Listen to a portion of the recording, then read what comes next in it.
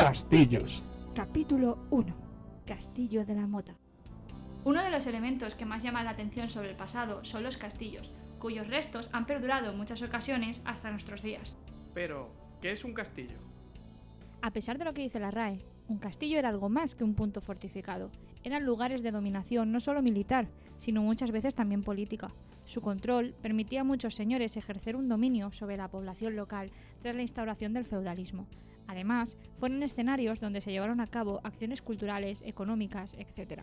Cada castillo es un mundo complejo que merece ser estudiado por separado. En esta sección de vídeos trataremos de aproximarnos un poco más a algunos de ellos.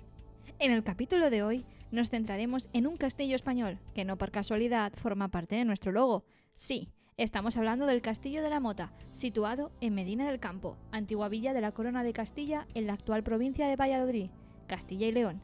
Se le conoce como tal debido a su ubicación en una zona elevada, conocida como Mota.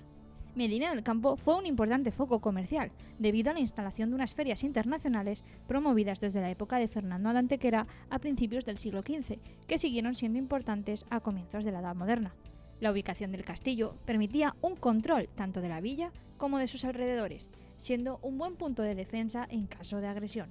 Progresivamente, la villa fue creciendo y la fortaleza de la Mota quedó aislada, constituyéndose como un núcleo fortificado importante dominado por grandes señores. El castillo está construido fundamentalmente en ladrillo rojizo local, con algunos detalles en piedra que veremos después, como los escudos o las troneras. Se desconoce con exactitud cuándo fue erigido el castillo, aunque se ha intentado asociar con el periodo de población cristiana del siglo XI, si bien otros han mantenido su origen musulmán.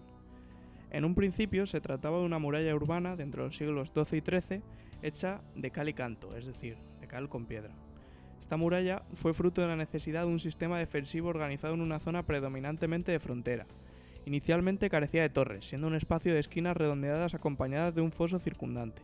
Al parecer fue Alfonso VIII quien mandó construir este recinto para establecer una línea defensiva frente al Reino de León, controlado primero por el rey Fernando II y luego por Alfonso IX.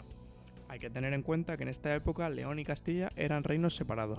La muralla, ya desde finales del siglo XIII, fue reforzándose mediante torres que sobresalen de la muralla inicial unos 7 metros y tienen una anchura de 5 metros. Además, se añadieron antemuros y fosos hasta mediados del siglo XV. Fuese como fuese, es a partir de este siglo cuando se produjeron las reformas más destacadas en el edificio, que lo convertirían en una importante plaza en el devenir de Castilla. En 1460, el rey Enrique IV reservó una de las zonas del recinto para construir su alcázar, al estilo de los castillos de la Escuela de Valladolid, quedando separado por 2 lienzos de la muralla con garitas. ¿Y qué son los castillos de la Escuela de Valladolid? Se trata de una serie de fortificaciones construidas en época de Enrique IV, que presentan entre sus características 1. Su planta cuadrada, 2. La gran torre del homenaje y 3. Sus propietarios no suelen ser los monarcas, sino grandes señores. Además, suele tener en sus esquinas torres circulares. En el caso de la Mota, destaca la gran torre del homenaje mandada a construir por Enrique IV. Pero, ¿qué es una torre del homenaje? Es la torre más relevante del castillo, normalmente suele ser la más alta y con una posición destacada. El edificio de la Mota parece que ya estaba terminado en 1468, cuando Enrique IV se lo entregó por primera vez a su hermanastra Isabel, la futura Isabel la Católica. Fue esta, junto a su esposo Fernando de Aragón, durante la Guerra Civil Castellana entre 1474 y 1479, quienes reformaron de nuevo el castillo y lo dotaron de una barrera de artillería, derribando parte de la vieja muralla. Esta barrera tenía 4 niveles de tiro y una capacidad para casi 200 piezas de artillería. La barrera artillera estaba formada por una primera muralla baja, pero con un foso en su parte inferior, que tenía un talud o muro inclinado que dificultaba el derribo de la muralla. Y además, el castillo tiene troneras para el disparo con armas de fuego. Este tipo de defensas se generalizaron en el siglo XV en Francia, Castilla y algunas zonas de Italia.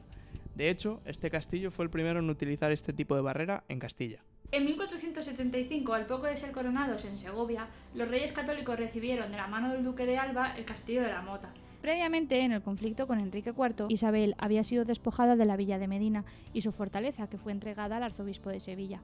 La abusiva gestión del mismo provocó que la propia villa de Medina, junto al alcaide de Castronuño, intentara tomar el castillo. El duque de Alba acabaría haciéndose cargo del castillo y sería el encargado de restituirlo en manos de Isabel y su marido. Los reyes católicos visitaron en diversas ocasiones la villa, junto a toda su corte, pero, al parecer, solían preferir alojarse en los palacios reales que se encontraban en la plaza de Medina del Campo y no en el propio castillo de la Mota. A pesar de esto, es conocido un episodio protagonizado en el castillo por la hija de los reyes católicos, la infanta Juana, la mal llamada La Loca, que estuvo retenida allí en 1504. Su marido, el archiduque Felipe el Hermoso, había regresado a Flandes, mientras que ella estaba junto a su madre Isabel tras haber dado a luz el año anterior a su hijo Fernando. Fue recluida en la Mota, pese a su insistencia para regresar a Flandes. Tal insistencia llevó a que Isabel acudiera junto a su hija y permaneciera a su lado hasta que partiera de nuevo a Flandes. Isabel acabaría falleciendo en la villa de Medina del Campo meses después. Medina del Campo fue un lugar importante en la historia de los reyes católicos. Por ejemplo, en 1480 partió de allí la infanta Isabel hacia Portugal, donde contraería matrimonio. O 9 años después, los reyes católicos abandonarían Medina del Campo para acudir a Granada. También en 1497 se trataron en la villa las negociaciones por el reparto de Navarra y Nápoles con los embajadores de Francia. También fue un lugar donde se tomaron las medidas para el funcionamiento de la Inquisición a partir de 1480 o donde se aprobaron las ordenanzas de la Chancillería de Valladolid, entre otras actividades políticas llevadas a cabo. Durante el siglo XVI, el castillo de la Mota tuvo distintas funciones. Por ejemplo, se convirtió en un archivo, pero también fue una prisión. En él se recluyeron a presos importantes como Fernando de Aragón, duque de Calabria. Este personaje suele confundirse con el rey católico, y de hecho era familiar suyo. Sin embargo, este noble era hijo primogénito del rey de Nápoles, y había sido hecho prisionero en Tarento por el gran capitán, concretamente en 1502. En el castillo de la Mota estuvo recluido hasta 1521, cuando Carlos V lo liberó. El duque de Calabria se casó con la segunda esposa de Fernando el Católico, Germana de Foix, y llegó a ser virrey de Valencia, mejorando notablemente su situación. Por otro lado, César Borgia, duque de Valentinois, hijo del Papa Alejandro VI, permaneció en la prisión del Castillo de la Mota entre 1504 y 1506, fecha en que se fugó. Su huida ha fomentado mucha literatura al respecto, pero lo único que se sabe con certeza es que fue ayudado por el duque de Benavente.